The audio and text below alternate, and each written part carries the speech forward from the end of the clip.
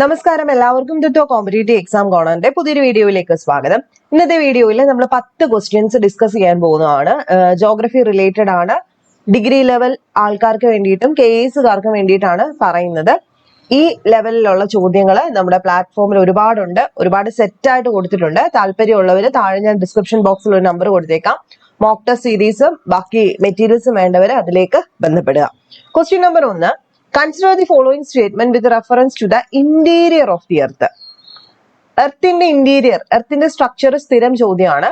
അപ്പം താഴെ കുറച്ച് സ്റ്റേറ്റ്മെന്റ്സ് കൊടുത്തിട്ടുണ്ട്. ഇതിനകത്ത് നോക്കിയിട്ട് ഏതാണ് കറക്റ്റ് അല്ലാത്തതെന്നാണ് എഴുതേണ്ടത്. ശരിയല്ലാത്ത സ്റ്റേറ്റ്മെന്റ് ഏതാണെന്ന് എഴുതണം. 1. Outer core is in liquid state while the inner core is in solid state. എർത്തിന്റെ ഔട്ടർ കോറ് ലിക്വിഡ് സ്റ്റേറ്റിലും ഇന്നർ കോറ് സോളിഡ് സ്റ്റേറ്റിലും ആണ്. 2.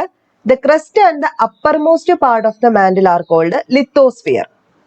ക്രസ്റ്റിനെയും മാൻഡിലിന്റെ അപ്പർമോസ്റ്റ് പാർട്ടിനെയും കൂടെ ചേർത്തിട്ടാണ് നമ്മൾ ലിത്തോസ്ഫിയർ എന്ന് വിളിക്കുന്നത്. 3. The oceanic crust is thicker as compared to the continental crust. Oceanic crust continental ക്രസ്റ്റിനേക്കാളും കുറച്ചുകൂടെ തിക്കർ ആണ്. ഇതിനകത്ത് ഏതൊക്കെ സ്റ്റേറ്റ്മെന്റ് ആണ് കറക്റ്റ് അല്ലാത്തതെന്നാണ് ചോദ്യം. അപ്പോൾ വളരെ ഈസി ആയിട്ടുള്ള ഒരു ചോദ്യമാണിത്. ഇത് ഒരുപാട് വട്ടം PS ചോദിച്ചിട്ടുള്ള ഒരു ഇഷ്ട മേഖലയാണ്. അതുകൊണ്ടാണ് സെലക്റ്റഡ് ആയിട്ട് ഓരോ മേഖലയിൽ നിന്നും ചോദിച്ചിരിക്കുന്നത്. +1 ജോഗ്രഫിയിൽ എർത്തിന്റെ അകഭാഗത്തെ പറ്റിയിട്ട് കൃത്യമായിട്ട് പറയുന്നുണ്ട്. ആ ചാപ്റ്റർ നമ്മൾ പലവട്ടം പറഞ്ഞാണ്. അത് നിങ്ങൾ കൃത്യമായിട്ട് പഠിക്കുക. ഒരു കാര്യം എടുത്തു പറയാനുള്ളത്, 2 ദിവസം മുൻപ് നടന്ന ഡിഗ്രി ലെവൽ പ്രിലിംസ് ഡിവിഷണൽ അക്കൗണ്ടന്റിനകത്ത് ഒരു പ്രത്യേക പോർഷൻ അവർ ചോദിച്ചിട്ടുണ്ടായിരുന്നു ജോഗ്രഫിയിൽ നിന്നും. ആ പോർഷൻ നിങ്ങൾ എല്ലാവരും ശ്രദ്ധിച്ചു കാണും. ലോക കാലാവസ്ഥ എന്ന് പറയുന്ന സെക്ഷനിൽ നിന്നും ക്ലൈമറ്റിന്റെ ടൈപ്സിനകത്ത് നിന്ന് വന്ന ഒരു റെയർ ചോദ്യമായിരുന്നു. അതും +1 ടെക്സ്റ്റ് ബുക്ക് നോക്കി നമുക്ക് പഠിക്കാവുന്നതേ ഉള്ളൂ. സോ ആ ഒരു ക്ലാസ് നമ്മൾ ഉടൻ തന്നെ ചെയ്യുന്നതായിരിക്കും കേട്ടോ. അതായത് കാലാവസ്ഥയുടെ ടൈപ്സുകളിൽ നിന്നും രാജ്യങ്ങൾ തന്നിട്ട് ഏത് ടൈപ്പിനകത്ത് വരുന്നു എന്നായിരുന്നു ചോദ്യം. അപ്പൊ അതൊരു റെയർ ചോദ്യമാണ്. ഇനി മുന്നോട്ട് നമുക്കത് പ്രതീക്ഷിക്കാം. അതുപോലുള്ള കാര്യങ്ങളെല്ലാം തന്നെ, അതായത് ജോഗ്രഫിയുമായിട്ട് റിലേറ്റ് ചെയ്ത് വരുന്ന എല്ലാ ചോദ്യങ്ങളും ഈ +1 ടെക്സ്റ്റ് ബുക്കിൽ നിന്നാണ് ചോദിക്കുന്നത്.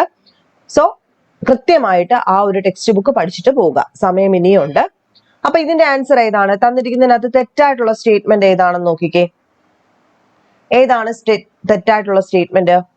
ഓപ്ഷൻ 3 ആണ് അല്ലെ. Oceanic crust is thicker as compared to the continental crust തെറ്റാണ്. ബാക്കി 2 പാർട്ടും ശരിയാണ്. സോ ഓപ്ഷൻ ഏതാണ്? B ആണ് ഇവിടെ തെറ്റായിട്ടുള്ളത്. അതായത് 3ാമത്തെ സ്റ്റേറ്റ്മെന്റ് ആണ് തെറ്റ്. അടുത്തത്, consider the following statement with reference to tsunami. 1. These are the waves generated by the tremors and not an earthquake itself. 2. 80% of the tsunami happened within the Indian Ocean. 3. When these waves enter shallower water, they slow down and begin to grow in energy and height.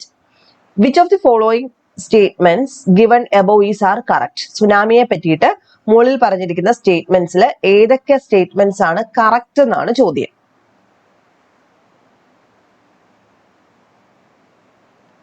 Answer option B ആണ്. 1ഉം 3ഉം ആണ് ശരി. 1 ശരിയാണ്, 3 ശരിയാണ്. 80% tsunami Indian ഓഷനിലാണ് നടക്കുന്നതെന്ന് പറഞ്ഞു കഴിഞ്ഞാൽ ആ statement തെറ്റാണ്. അടുത്തത് 3.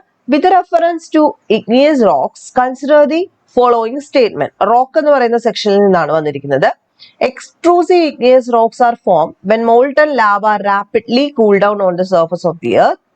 ഷെയിൽ, ചോക്ക്, ലൈംസ്റ്റോൺ ഇതെല്ലാം എന്തിന് എക്സാമ്പിൾ ആണ്? ഈ ഒരു ഇഗ്നിയസ് റോക്സിന് എക്സാമ്പിൾ ആണ്. ഇതിനകത്ത് ഏതൊക്കെ സ്റ്റേറ്റ്മെന്റ് ആണ് കറക്റ്റ് ആയിട്ടുള്ളതെന്നാണ് ചോദ്യം. ഇതും ഏറ്റവും കൂടുതൽ ഭാഗം റിപ്പീറ്റ് ചെയ്തിട്ടുള്ള ഒരു സെക്ഷൻ തന്നെയാണ്. അതും നോക്കിയിട്ട് പോവുക. ആൻസർ ഏതാണ്? സ്റ്റേറ്റ്മെന്റ് ഏതാണ് കറക്റ്റ്? 1ാമത്തെ സ്റ്റേറ്റ്മെന്റ് മാത്രമാണ് കറക്റ്റ്. സോ ഓപ്ഷൻ A ആണ്, 1 only. അടുത്ത 4.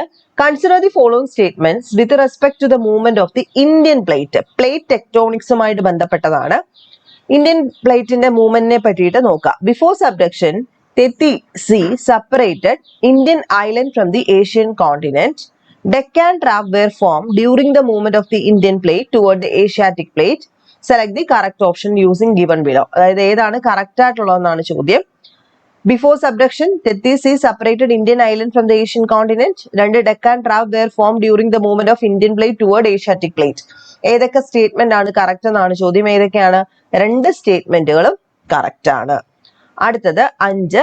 Which one of the following best describe the term circle of illumination with respect to the motion of the earth. Illumination circle എന്ന് പറഞ്ഞാൽ, അല്ലെങ്കിൽ circle of illumination എന്ന് പറയുന്നത് ഗ്ലോബിനകത്ത് നമ്മളൊരു വര കാണാറുള്ളതാണ്. ഓക്കെ, ആ മോഷൻ ഓഫ് ദി എർത്തുമായിട്ട് ബന്ധപ്പെട്ടതാണ്. ഇത് എന്താണെന്നാണ് ചോദ്യം. ഇത് ഗ്ലോബിനകത്താണെന്ന് ഞാൻ പറഞ്ഞതേ ഉള്ളൂ. എന്താണ്? ഓപ്ഷൻ സി ആണ്. Circle that divide the day from night on the globe. ഗ്ലോബിനകത്ത് ഡേയും നൈറ്റിനെയും ഡിവൈഡ് ചെയ്യുന്ന ഒരു സർക്കിൾ ഉണ്ട്. ആ സർക്കിളിനെ നമ്മൾ വിളിക്കുന്ന പേരാണ് സർക്കിൾ ഓഫ് ഇലുമിനേഷൻ. ചോദിക്കാൻ സാധ്യതയുണ്ട്. Circle of illumination, circle that divide the day from night on the globe. 6. Consider the following statement with reference to the theory of plate tectonics. Plate tectonics തിയറിയുമായിട്ട് ബന്ധപ്പെട്ട 2 statement ആണിത്. The mobile rock beneath the rigid plate is believed to be moving circularly. 2. The cycle of convection cell is caused by radioactive decay and residual heat within the earth. Which of the following statement are correct? Plate tectonics തിയറിയുമായിട്ട് ബന്ധപ്പെട്ടതാണ്. Option D ആണ്. neither 1 nor 2. ഇത് രണ്ടും തെറ്റാണ്. 7. Which of the following statement correctly explain the interruptions of contour lines on a topographic map? മാപ്പുമായിട്ട് ബന്ധപ്പെട്ടതാണ്. Topographic മാപ്പുമായിട്ട് ബന്ധപ്പെട്ടതാണ്. Contour lines എന്ന് പറയുന്ന ഐസോലൈൻ എന്നൊക്കെ നമ്മൾ പറയാറില്ലേ, അതുമായിട്ട് ബന്ധപ്പെട്ട ചോദ്യമാണ്. ഇതിനകത്ത് കറക്റ്റ്ലി എക്സ്പ്ലെയിൻ ചെയ്യുന്നത്, കോണ്ടൂർ ലൈൻസിനെ കൃത്യമായിട്ട് എക്സ്പ്ലെയിൻ ചെയ്യുന്നത് ഏതാണെന്നാണ് ചോദ്യം. A closer contour lines indicate A more gradual slope. Widely spaced contour line indicate steep slope. Contour lines can be used to identify underwater feature as well. Contour lines are unrelated to the slope of the line. ഇതിനകത്ത് ഏതാണ് കൃത്യമായിട്ട് പറയുന്നത്? Option C ആണ്. Contour ലൈൻസിന് നമ്മൾ മൗണ്ടൻസും സ്ലോപ്പും മാത്രമല്ല under water features identify ചെയ്യാനും use ചെയ്യാറുണ്ട് കേട്ടോ. അതൊരു ലൈനായിട്ട് കൊടുത്തിട്ടുണ്ട് ടെക്സ്റ്റ് ബുക്കിൽ തന്നെ, അതൊന്ന് പഠിച്ചു വെച്ചേക്കാം. 8. Which of the following features can be identified under the relief of the area in a topographic map? Relief of the area in a topographic map. Marshy plains, convex hills, undulating plateaus, religious towns. ഏതാണ് answer? Option A ആണ്. 1, 2, 3. Relief of the area identify ചെയ്യുന്ന, അതായത് features ഏതൊക്കെയാണ് topographic മാപ്പിൽ? Marshy plains, convex hills, undulating plateaus, religious ടൗൺസിനെ പറ്റിയിട്ട് പറയുമോ ഫീച്ചേഴ്സിനകത്ത്? Relief of the area, relief എന്ന് കേൾക്കുമ്പോൾ തന്നെ നമുക്കറിയാം ഇത് 3 ഉള്ളെന്ന്. അടുത്തത് 9. Which of the following statement is correct about method of gathering information for topographic map? A. Satellite pictures are part of the direct survey method. Indirect survey use instruments like clinometers and theodolites. C. Primary data in topography come from direct survey method. D. Direct survey involve manual measurement of the elevation and land features. Option D ആണ് answer. Direct survey involve manual measurement of elevation and land features. അടുത്ത 10. Identify the correct match regarding topographic features and their interpretation. ഇതിനകത്ത് incorrect match ആണ് ചോദിച്ചിരിക്കുന്നത്. Trellis pattern, drainage system, linear pattern, urban settlement, dissected plateau, relief feature, reserved forest, land use. ഇതും +1 text ബുക്കിനകത്ത് നമ്മുടെ ഈ chapter തുടങ്ങുന്നതിന് ഫസ്റ്റിലെ കൊടുത്തിരിക്കുന്നതാണ് കേട്ടോ. ഈ ട്രെല്ലിസ് ഒക്കെ, ലീനിയർ പാറ്റേണും ട്രെല്ലിസ് പാറ്റേണും ഒക്കെ അവിടെ കൊടുത്തിട്ടുണ്ട്. പ്രത്യേകിച്ച് ട്രെല്ലിസ് പാറ്റേൺ എവിടെയാണെന്ന് അറിയാമോ? റിവർ സിസ്റ്റത്തിനകത്താണ് കൊടുത്തിരിക്കുന്നത്. പഠിച്ചതാണ് നമ്മൾ ഇതൊക്കെ. ഇതിനകത്ത് ഏതാണ് തെറ്റായിട്ട് കൊടുത്തിരിക്കുന്നത്? റിസർവ്ഡ് ഫോറസ്റ്റ് ആണ് കേട്ടോ. Reserved forest, land use. 11. In the context of topographic map which of the following pair is incorrectly matched? Topographic മാപ്പുമായിട്ട് ബന്ധപ്പെട്ട് ഏത് പേരാണ് കറക്റ്റ് അല്ലാത്തത് എന്നാണ് ചോദ്യം. ഇതും അത് തന്നെയായിരുന്നു, ഇതും അത് തന്നെ. National highways, means of transport, capital city, human settlement, climate modelling, primary purpose of topographic map, mining engineers, application of topographic map. Option C ആണ്. Climate modelling, primary purpose of topographic map. ഇതാണ് correctly matched അല്ലാത്തത്. അപ്പൊ കേൾക്കുമ്പോൾ നമുക്കൊരു ഇച്ചിരി rare ആയിട്ടുള്ളതും പാടായിട്ടുള്ളതും ഒക്കെ ആയിട്ട് തോന്നും.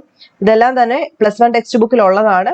ഞാൻ പറഞ്ഞു അടുത്ത ക്ലാസ്സിൽ നമ്മൾ ഡിസ്കസ് ചെയ്യാൻ പോകുമ്പോൾ ലേറ്റസ്റ്റ് ആയിട്ട് ചോദിച്ചിട്ടുള്ള ആ കാലാവസ്ഥയുമായിട്ട് ബന്ധപ്പെട്ട ചോദ്യമായിരിക്കും. ചോദ്യവും അതിന്റെ റിലേറ്റഡ് ഫാക്ട്സും ആയിരിക്കും. ടെക്സ്റ്റ് ബുക്ക് ആയിരിക്കും. നെക്സ്റ്റ് വീഡിയോയിൽ കാണാം.